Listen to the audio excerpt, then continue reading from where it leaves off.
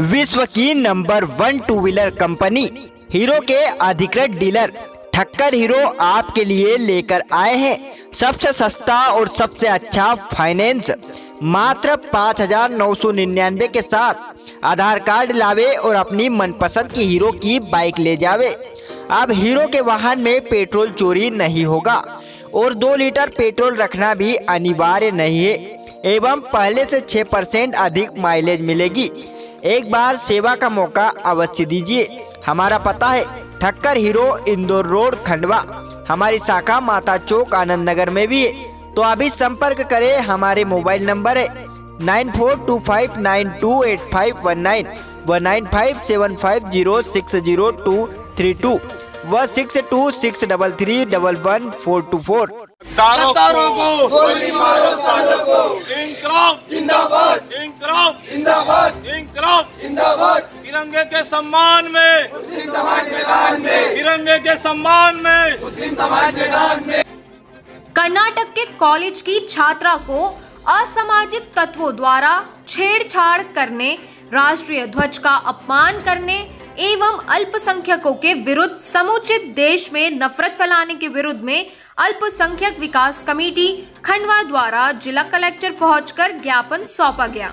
केंद्रीय गृह मंत्री, मुख्यमंत्री कर्नाटक और गृह मंत्री कर्नाटक के नाम सौंपे ज्ञापन का वाचन करते हुए कमेटी के जिलाध्यक्ष अशफाक सिगर ने कहा कि कर्नाटक के कॉलेज में एक छात्रा मुस्कान खान हिजाब पहनकर गई तो कॉलेज में असामाजिक तत्वों के द्वारा छेड़छाड़ कर कॉलेज में जाने से रोका गया और धार्मिक नारे लगाकर छात्रा को डराया गया। हर धर्म में नारियों को विशेष दर्जा एवं पूजा जाता है, ऐसे में भारतीय महिला का अपमान किया गया है। असामाजिक तत्व केवल यही नहीं रुके, राष्ट्रीय ध्वज तिरंगे को अपमानित कर उसी स्थान पर विशेष रंग का झंडा फहराया गया जो हर भारतीय की भावना को ठेस पहुंचाता है। इस कृत्य को देश कभी माफ नहीं करेगा। भारतीय संविधान के अनुसार हर जाति धर्म संगठन के लोग शिक्षा ग्रहण करते हैं जो उनका मौलिक अधिकार है। जैसे सिख समुदाय अपनी पगड़ी पहनकर, हिंदू धर्म के लोग तिलक लगाने का अधिकार रखती हैं और उसी तरफ मुस्लिम छात्रा भी हिजाब लगाने का अधिकार रखती हैं। ज्ञापन में मांग की गई है कि देश में भारतीय संविधान के खिलाफ, महिलाओं को अपमानित करने वालों के खिलाफ एवं राष्ट्रीय ध्वज का अपमानित करने वालों के विरुद्ध देशद्रोह की धाराओं में अपराध पंजीबद्ध किया जाए।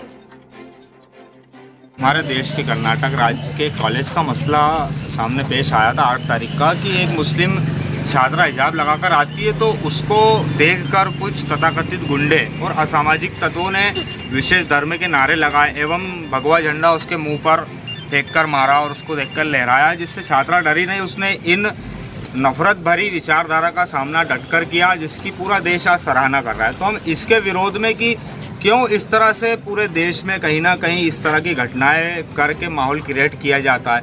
और यह असामाजिक तत्व यहीं नहीं रुके, इन्होंने जिस जगह पर तिरंगा फहराया जाता था उसी कॉलेज में, वहाँ पर विशेष धर्म का झंडा फहराया गया। तो ये देश कभी माफ़ नहीं करने वाला इस तरह की घटनाओं को।